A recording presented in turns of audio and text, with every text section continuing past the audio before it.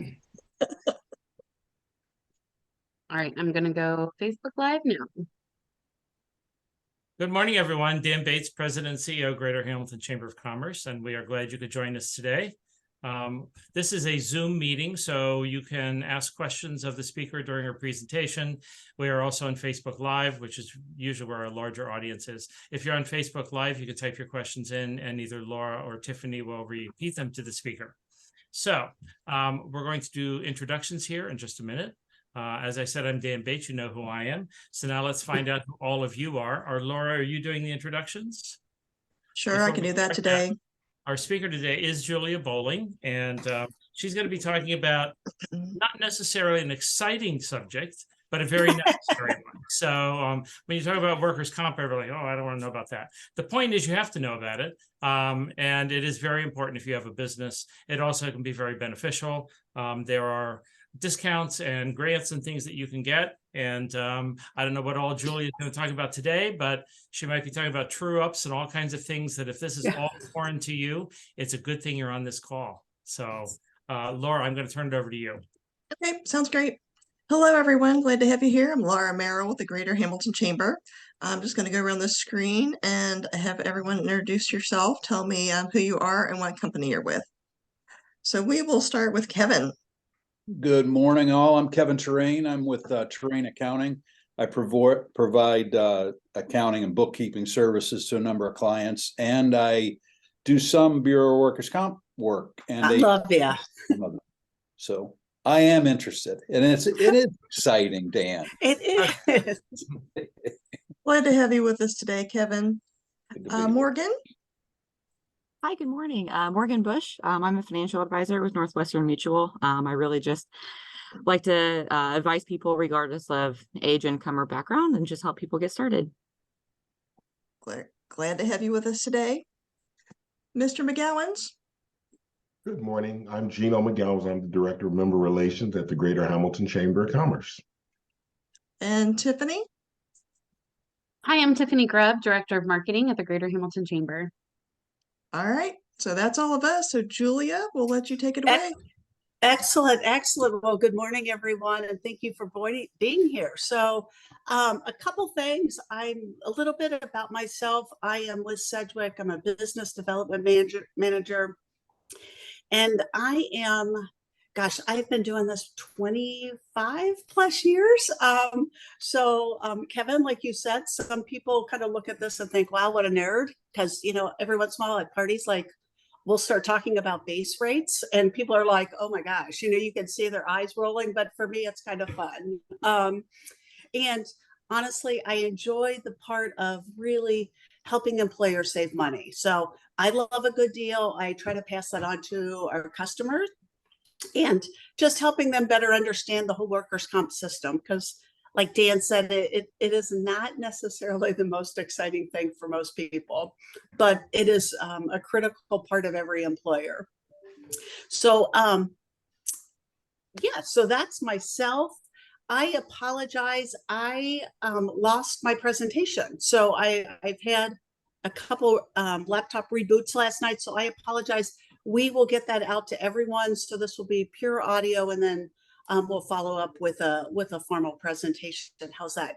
But if you have any questions, as I said, please don't hesitate to raise your hand, or if you want to do a chat box, whatever works. So yes, Gina, already. Wow. No, not a question. Good morning, Julia. We know who you are, but make sure you tell them what company you're from. Okay, thank you. Thank you. Yes. So I am with Sedgwick.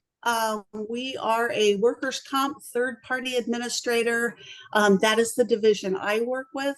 Then we also have a sister company, Sedgwick Managed Care, which is a Ohio-based managed care organization, MCO, for workers' comp, helping employers with claims administration and the health aspect of workers' comp claims.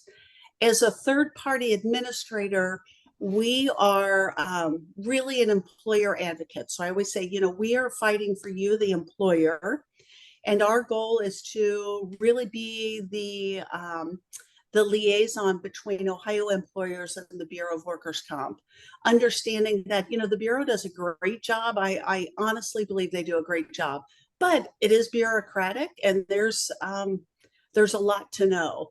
So I often say to employers, let us take that off your plate. You know, you're out there making widgets, you're putting a roof on a house, whatever you're doing.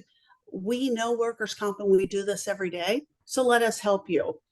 Instead of spending an hour or two Googling something online, simply pick up the call or simply pick up the phone, give me a call, shoot me an email, whatever it takes. But again, let us try to help you through this process. We are fortunate enough to put together the Chamber's group rating and group retrospective programs, which are I'll get into that in a minute. Those are the most popular discount programs. And we are fortunate to work with the Chamber and their members and put together those savings programs. So, you know, helping employers save a lot of money. So, yep. So that's kind of who I am, who I'm with. How's that? The things I'd like to talk about today are one, key dates and knowing your policy. So I also have information about upcoming deadlines and webinars. Those would be from us and the Bureau. Then looking at a little bit of Bureau of Workers' Comp rate and claim updates.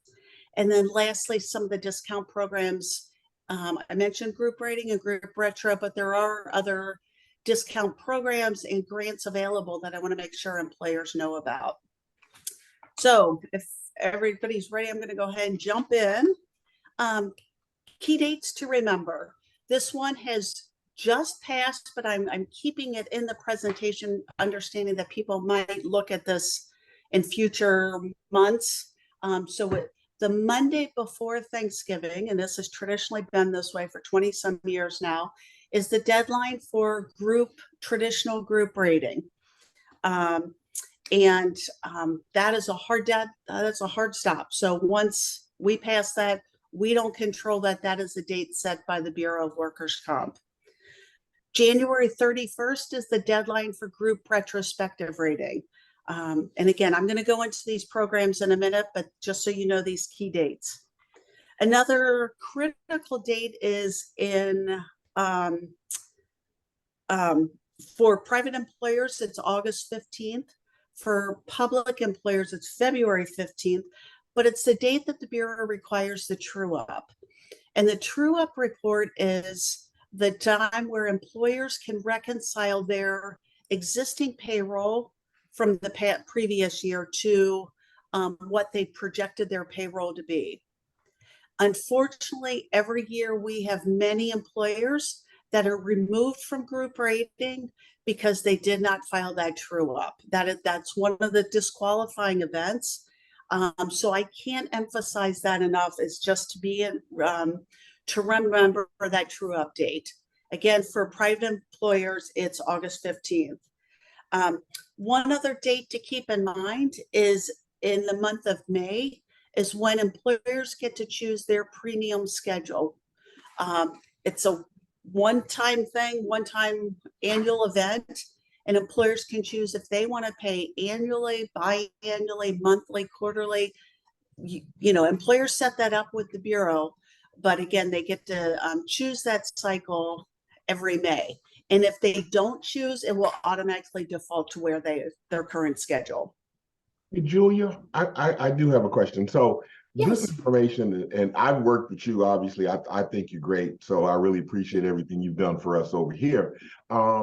Is there somebody from the Bureau of Workers' Comp that tells people all this stuff, or is they don't do anything? I mean, I'm not saying they don't do anything, but do they go into detail to explain all these dates and things?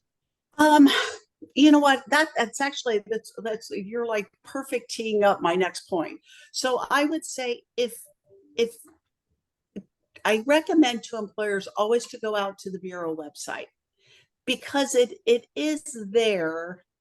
But again, I'm a bullet point person. Give me bullet point, you know, tell me when I need it.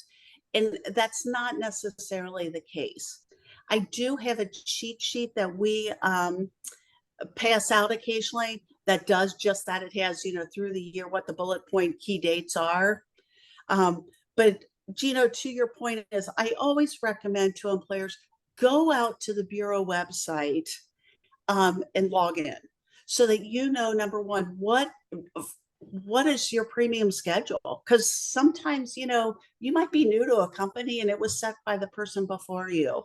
The other thing we see often is, just with change of hands and change of responsibility, something's been set up, a year ago, and people just don't even know who is the employer contact.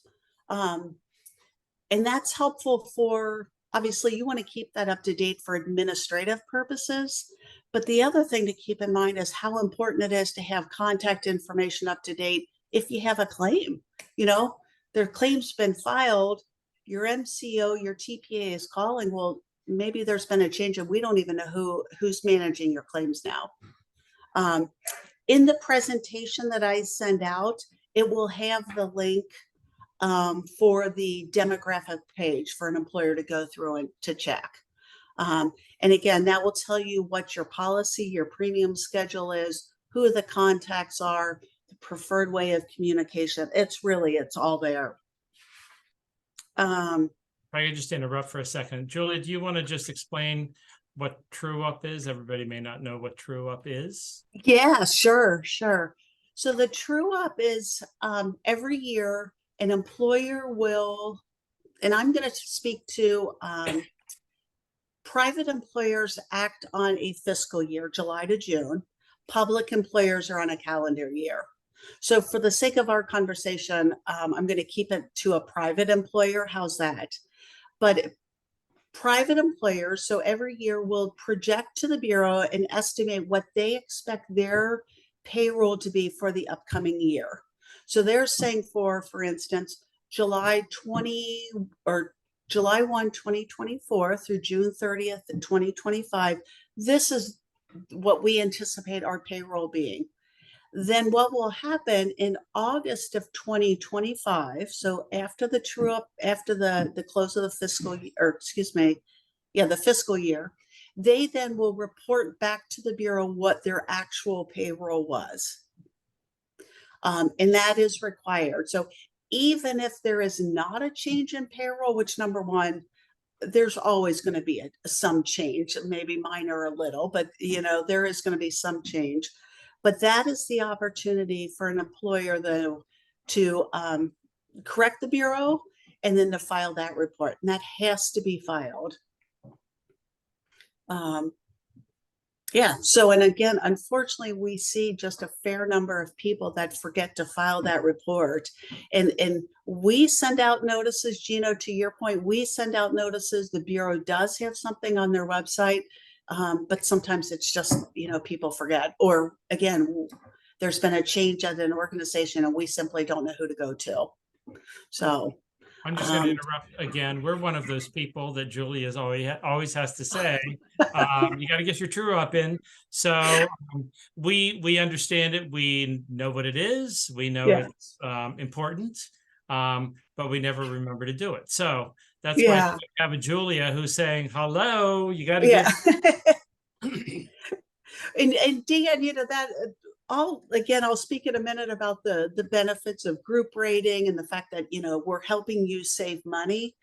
But honestly, more and more I say to employers, it's not just about the money. It's having us as a resource. It's having us remind you, again, saying, hey, this needs to be done. We're looking out for you. Let us help you. So, don't hesitate to call or let us know when you get those crazy emails and you don't understand it. That's kind of why we're here. So those are a couple of the key dates. Other things just to keep in mind as far as upcoming webinars. November 30th, so Thursday of this week, the Bureau is having a webinar. They do monthly webinars, but this one is on as an employer, if you have to get out-of-state coverage, so maybe you're based in Ohio, but you've got 30 employees that work over in Indianapolis, what do you do? So they can assist you now with getting coverage out of state. There's the webinar will also include information on their EAP program and then various safety updates. December 14th is another Bureau program called Better You, Better Ohio about some gift certificate. Honestly, I don't know a ton about it, but it's I know that they will give gift certificates to your employees if they participate in a health program. So that is one of the few programs that I know of that actually the individual benefit will go to the employee, not necessarily to the employer. Then I will also send out in the presentation, I have resources for if you are looking for toolbox talks, any type of safety talks, those are all available on the Sedgwick website. And one other thing I'll throw out is I feel like so often when we talk about safety seminars, we're always thinking about the physical aspects of safety. And I would just encourage employers to kind of broaden that, because I feel like so much now as we've moved from a manufacturing industrial state. So, we've got a lot of service industry now. So like on the Sedgwick website, we have webinars about intellectual property, if there's been product recalls, cybersecurity. So there's, I'd say, more of the, again, less safety talks about a less physical jobs or less physical aspects of employment. How's that? So those are things just to keep in mind. One other last thing as far as the webinars, I know Sedgwick has information on it, and the Bureau has had a recent push also about mental health. So I encourage employers to take advantage of that too. Obviously, everybody's been, I feel like, touched by suicide. So there has been a push to recognize those risks and then also to address it. A couple Bureau updates. So as of June 30th, 2023, right now the Bureau net assets, they're sitting on $7.6 billion. So we are a very large player when it comes to insurance and risk. And again, that is Bureau funding. They're sitting on $7.6 billion. House Bill 31, excuse me, that was passed and went into effect for the July 2023, I believe was 2023. But the rate making is a little different than it used to be. And again, Kevin, this is where we kind of get off on the weeds with the really nerdy stuff. But if any of you were involved and looked at the rate making before, you remember that there was always two components. There was the Disabled Worker Relief Fund 1, Disabled Worker Relief Fund 2. We always called them Dwarf 1 and Dwarf 2. And if the Bureau has done away with those two components are now rolled up into base rates. So more for those of us that are kind of handling the base rates and the numbers, but I just want employers to be aware that there has been that change. One other thing I feel like that's worth noting, in the past year, I just saw this, that in the past year, 1,852 new employers applied for workers' comp coverage, which I think is incredible. And that is resulting in an additional $26.3 million in payroll. So I just want to say kudos, I feel like, to the state of Ohio. They have really made an effort to make Ohio a more attractive state for businesses. And I think those numbers are playing out and it shows. So that is outstanding. Then along those lines, so I have data for 2022, and that compares the different state rankings and the premium payments. And I am happy to say that right now, and this is in a positive way, Ohio is ranked 47th out of 50 when it comes to premium payments. Prior to that, in 2020, they were ranked number 40. So we have bumped up, I'll say 7 spots, if you will. And again, I think that's outstanding because years ago, I remember the years where we had employers, especially in the greater Cincinnati area, moving over to Indiana and Kentucky because their rates were so much cheaper. So, I mean, again, I feel like Ohio has done a great job to attract new companies and to work with employers. Along those lines, I have examples in the presentation that it's, again, sorry about that, without having it in front of you, it's hard to see. But I've got 2 examples, one being if you use, for instance, the plumbing classification code, it's 5183. In 2015, the base rate was 2.46. In 2022, that has dropped to half of that. It's now 1.26. So again, Ohio, I feel like, has done a great job helping employers and helping with rates. But again, they're putting a lot of funding into safety programs, and that safety programs then are helping employer, and that is obviously playing out when it comes to a reduction in claim and claim cost. Yes, Kevin, and you're muted. Not anymore. There you go. Thanks. Yeah. Hey, so you mentioned base rate. Is that a base rate as a percentage of salary? Per $100,000. Per 100,000. Okay. Yep. And then you talked about the state of Ohio, and you mentioned Indiana, Kentucky, just because they're neighboring state.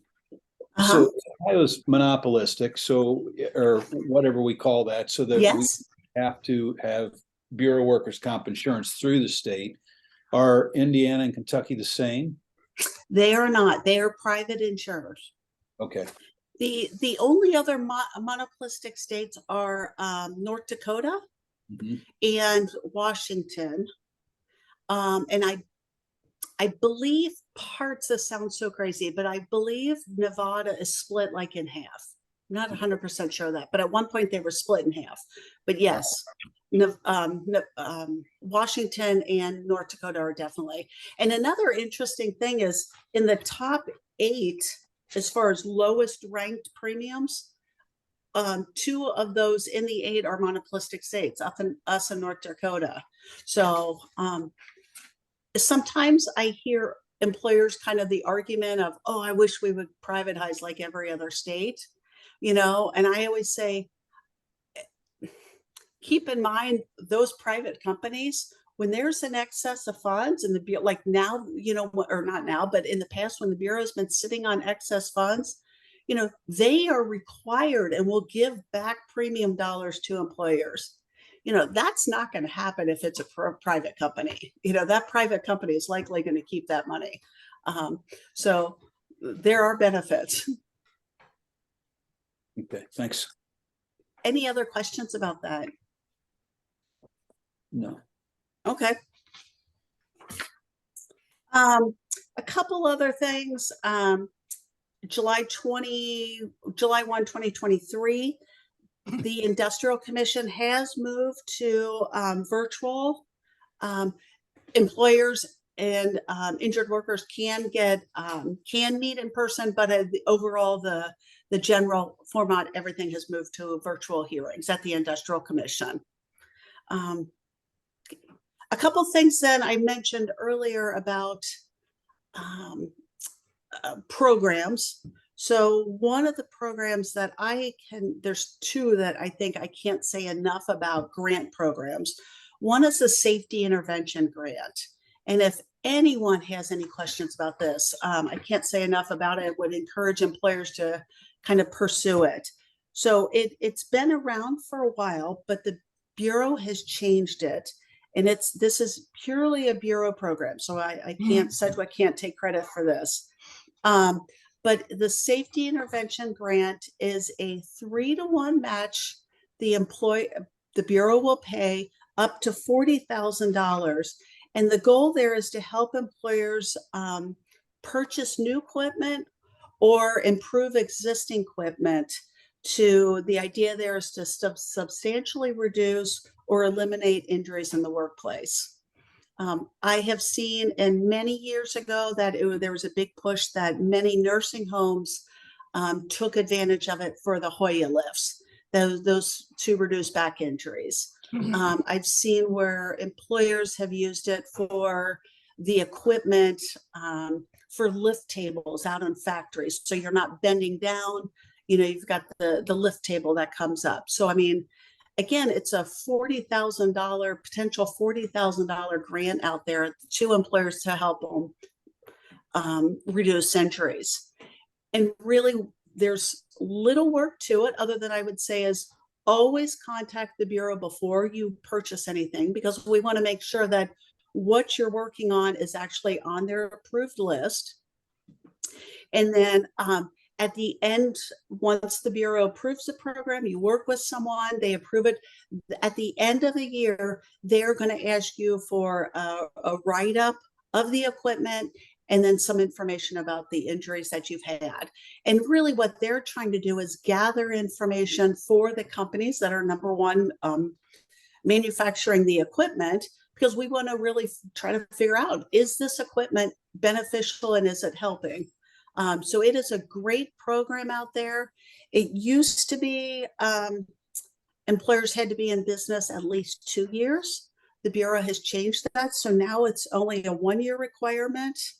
And they are eligible to revisit the grant every 3 years. And there obviously is information on the Bureau website about that program. But yeah, so that's $40,000, and it's, again, they can look at that up to every 3 years. One thing I will say, it does not cover the cost of PPE.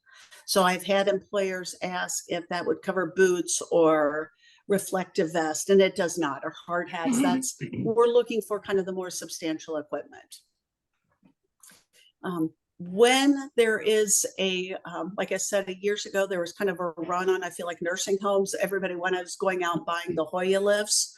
When they feel like they've got enough employers kind of working and purchasing one type of equipment, they will put a moratorium on it. So that's why, again, I always suggest and tell employers, you've got to speak to the Bureau before you buy anything. One of the other programs that is out there is another grant from the Bureau. It's been around again for a while. It's a transitional work program.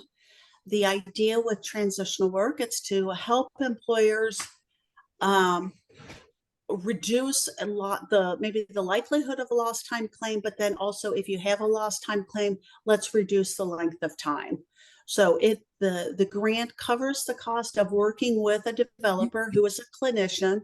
That clinician will work with the employer, put together a formal policy, which is nice, so that if you have a lost time claim, we'll provide the documents of forms that they need to sign, documents that will go to the treating physician. And one of the key aspects with the transitional work grant is that it then also covers the cost of creating a job analysis. And a job analysis is kind of like your HR job description, but it's really looking at the physical demands more than the cognitive aspects. So the developer, which is typically a physical or occupational therapist, will go out to the job site and spend some time with your employees in their various job. And again, document, if they're lifting, how much are they lifting? Are they lifting from floor to waist? Are they lifting overhead? Do they have to push pull? What's the surface of the floor that they're walking on? Because those are all things that are going to impact how a doctor treats and looks at the return to work. So that's, again, all of that is covered by the Bureau. The Bureau now has increased the job analysis reimbursement to $350. Strangely enough, the developers know what the fee schedule is. So honestly, I always say you're going to pay $350. So, so there's not going to be any out of pocket like there used to be. In years past, the Bureau would pay a portion of it. Now the Bureau is paying 100% for that. It also then, like I said, it includes the cost of working with the developer to put together the, let's say like the HR forms. You know, when you bring somebody back on transitional work, you want to make sure that it's documented, that you have made that formal offer and that they are accepting that offer. You don't want the injured worker to work 2 days, not like the task, and then, you know, go to the Bureau and ask for lost wages because saying that you've never made them an offer. This just makes everything clean for everyone. So that's another grant, great grant program. The reimbursement for the Bureau then, and again, this will be in the slides, but if you have 11 to 49 employees, the Bureau will cover up to $3,700. 50 to 99 employees, the Bureau is going to provide $6,700. And in 200 plus employees, the Bureau will provide up to $8,100. And again, to help employers put together a formal transitional work program.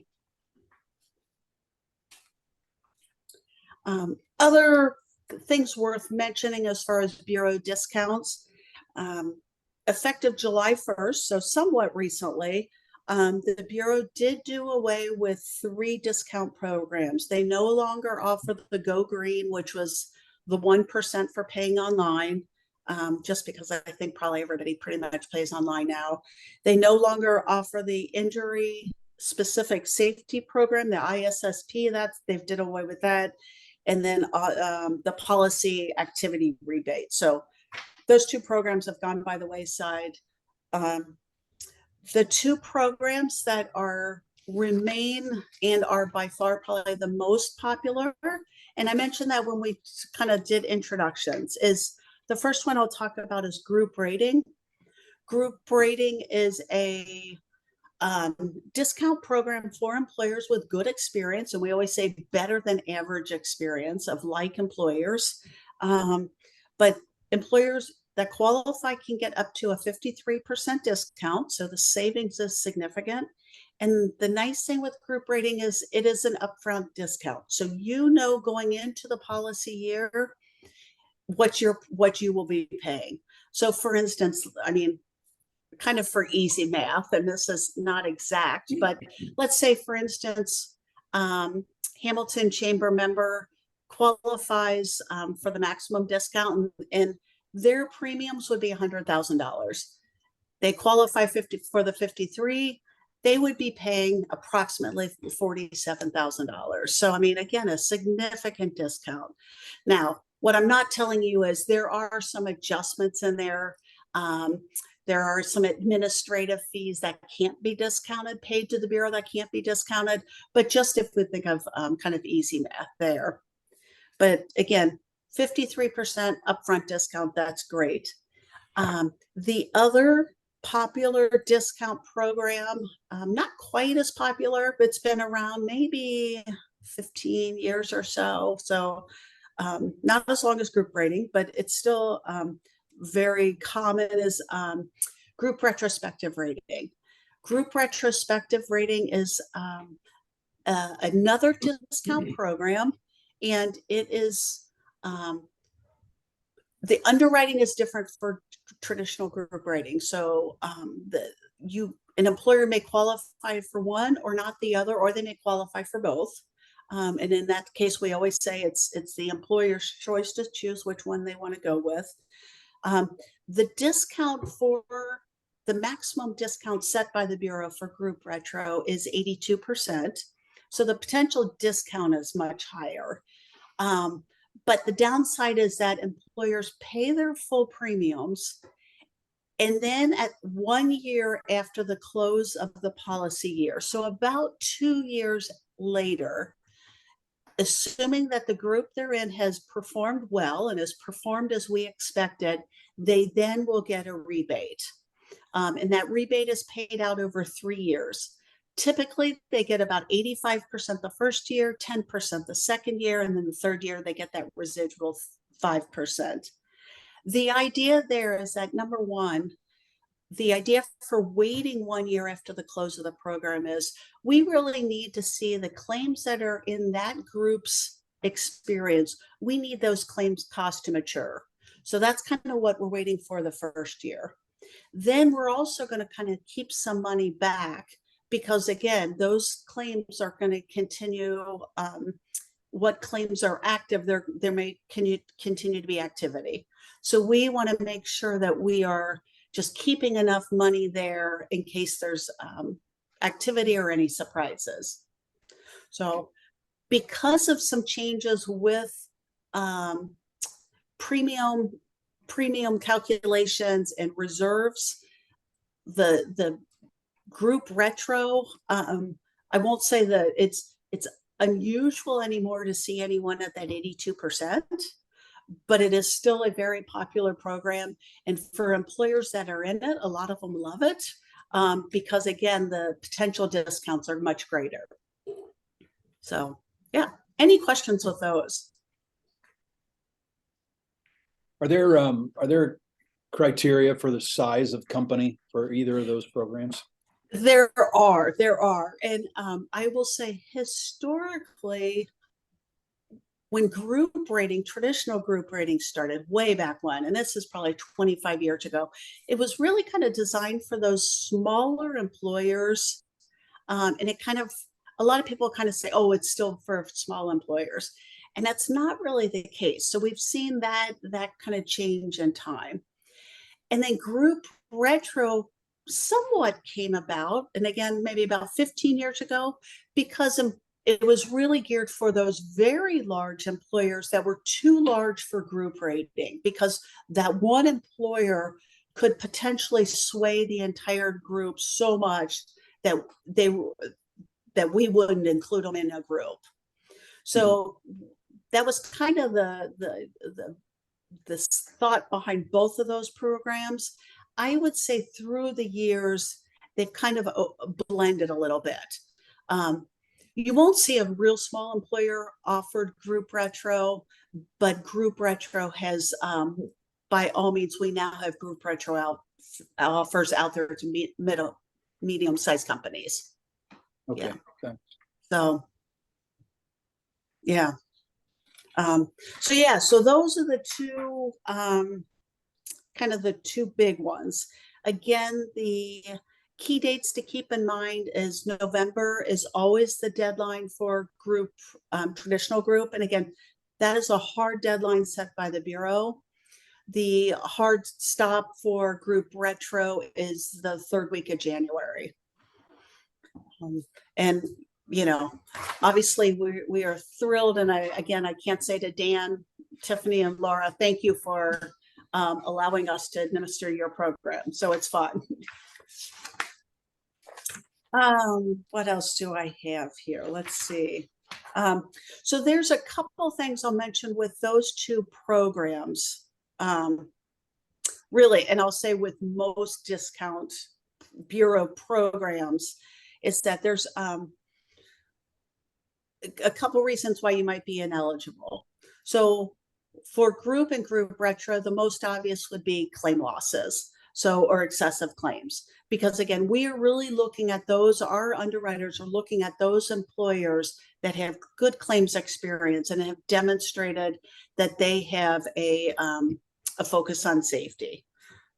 The other reasons I mentioned earlier, the importance of true up.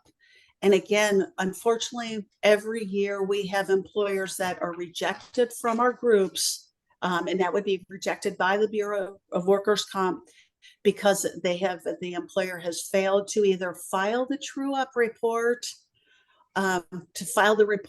or has failed to make payment. So, and what happens there is that sometimes if you owe the Bureau additional monies, you might have to pay additional money, and that would be because, again, your payroll was greater than you anticipated. So if an employer fails to make that payment, I often get the question, if you paid more, the Bureau then will give you a credit for the next year. So it's not like, you know, if you were owed money, the Bureau doesn't take that from you. You do get credit for that.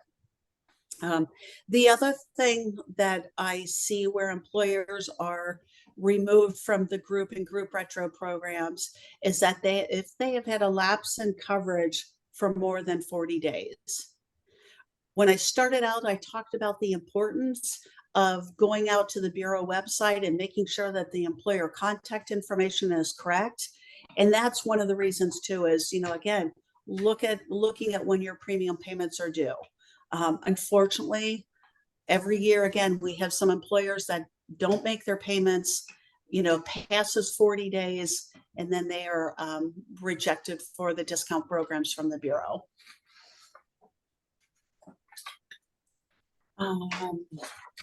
Julia, Julia, I don't have a question, but I have a suggestion. Okay, please. What if after the first of the year, we do another session with you and you share your screen with the Bureau of Workers' website? Okay. Sure. And take people through the key points, places that they should look. We could use that because we would archive that as we always do on YouTube. That is a great idea. And then we can also put that in the e-newsletter, Tiffany, to remind people that, your true up is due on August 15th and, all that. Right.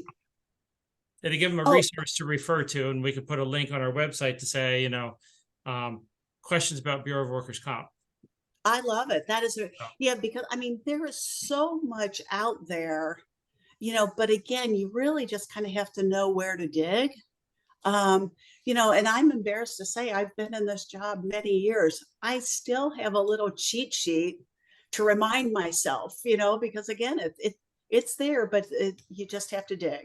In general, I was on with the Attorney General's office yesterday, and I said to them, you guys think that you have good information available. You think it's really easy for businesses. It's not.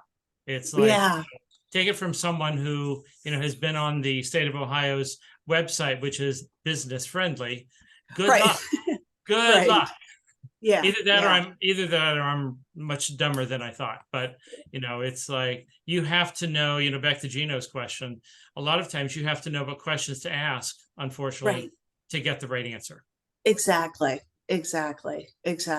Right. And again, Dan, that's, to the point of work with us so that we can help you. I mean, it's,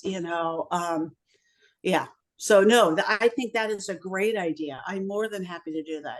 Yeah, I think that'd be very beneficial. And I'm going to also, from the chamber perspective, put in a plug for Julia and Sedgwick. All this can be very confusing. And, I've actually been kind of trained by a Bureau of Workers' Comp from Columbus, but it's been a long time ago.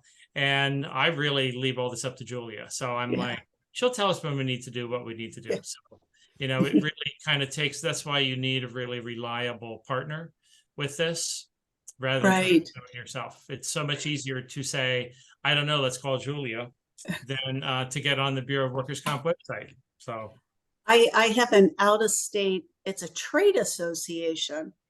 And just last week, they were like, well, we get all these emails from you. And finally, I honestly, I could have said, I am only going to email you when I need to. I promise you, my emails are not fluff. When I say I need a signed signature on this form, I need a signature. It's, you know what I mean? It's to your point that I try to be limited so that we're not overwhelming, but that's why we're here, is to help keep you and your program up and running. Good.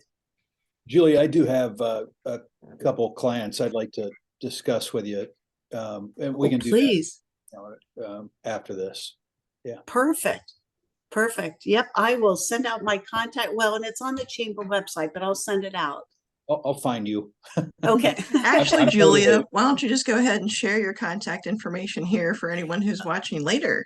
Okay, sure. Well, thank you. Yes. So my phone number, I'm local, is 513-218-4062. My email address is oh my goodness, I almost gave you my home one there. Julia.bowling, and bowling is just like a bowling ball, at Sedgwick.com. And Sedgwick, just in case you need, is Sedgwick.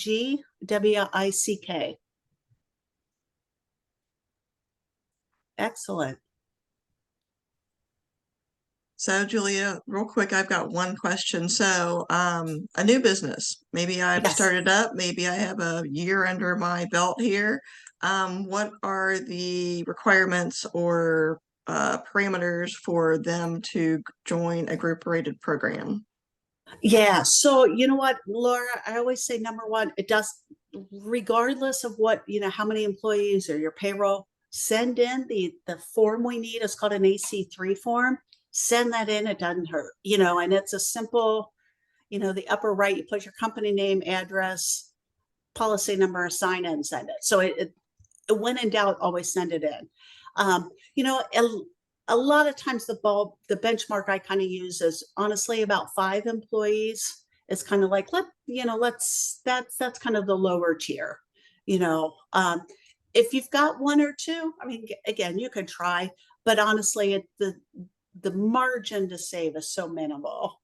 But really, once you start looking at 5+ employees, let's look at how we can help you. So, yep. I have also made available, and I don't know if it's out on the chamber website, but I know I've shared this with some of your members. I do have a little cheat sheet that if you are a new business and you don't have workers' comp coverage yet, there's 3 steps. I can easily send that out again, but it's how to apply for workers' comp coverage with the Bureau. Again, there's a lot out there, so take advantage of those 3 steps. Yeah, so go that's ahead and always an send that option. to me and I can add that to our resources. Okay, definitely. Definitely. Perfect. All right. And Any other honestly, I questions? can't say it enough. If anyone has questions about, what Sedgwick, how we can help you, but even if you have workers' comp and you're not with us and you're a little confused, it's kind of why we're here. Do you have any stats on potential savings for a business? I know that can vary greatly. So, like, what might be a couple of random examples that could be? Well, I can tell you really quick. Oh, goodness. For instance, I'm going to tell you the Hamilton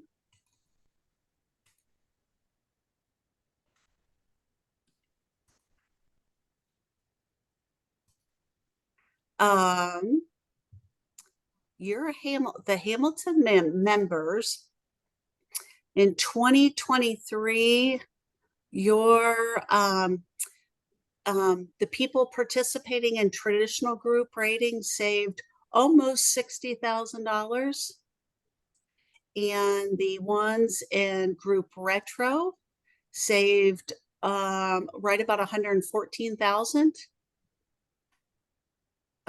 Let's see. So, yeah. So, I mean, your members in total saved 173,000, over 173,000.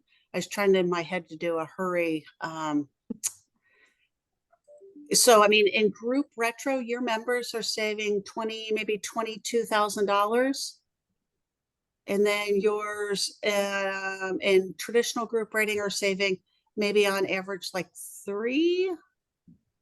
about 3,000. That's a decent little savings for a business. Yeah, I think that's right. So yeah, I mean, again, not huge, but yeah. So I know I don't know, looking at our list, and I haven't looked at it recently this week, but I mean, I know there's people that are saving between hundreds and tens of thousands of dollars potentially. So, it's can be a huge savings it's huge. It is. It is.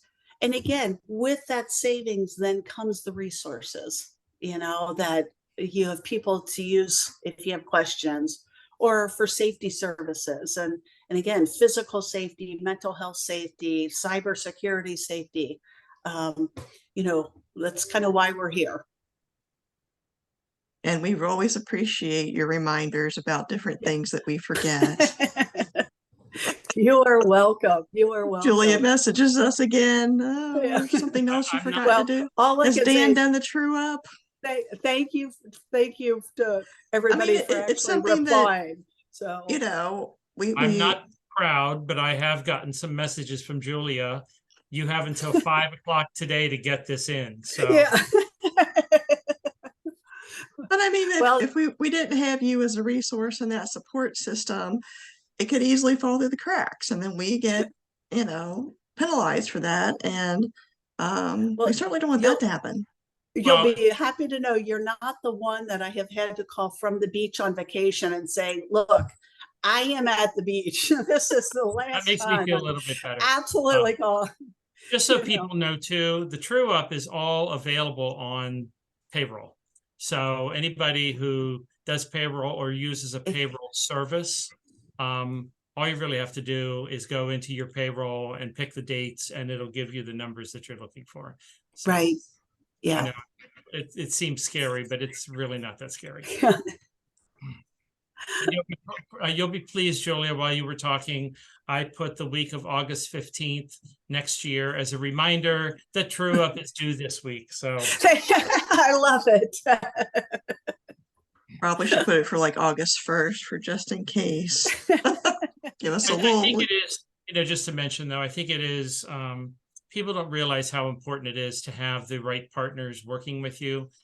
Whether it's accounting or workers' comp or attorney or whatever, Right. even, your financial partners, and we always tell people, even like with financial partners, I'm not talking about who your bank is. I want to know who your financial partner is, because it's very different. Right.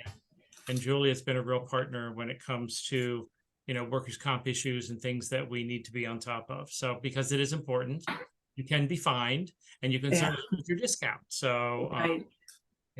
Yeah. So it's Well, good to have and the right chamber partners. Great. Well, we appreciate it, honestly, the partnership, and I feel like maybe one thing we've all learned from post-COVID is the again, kind of being local.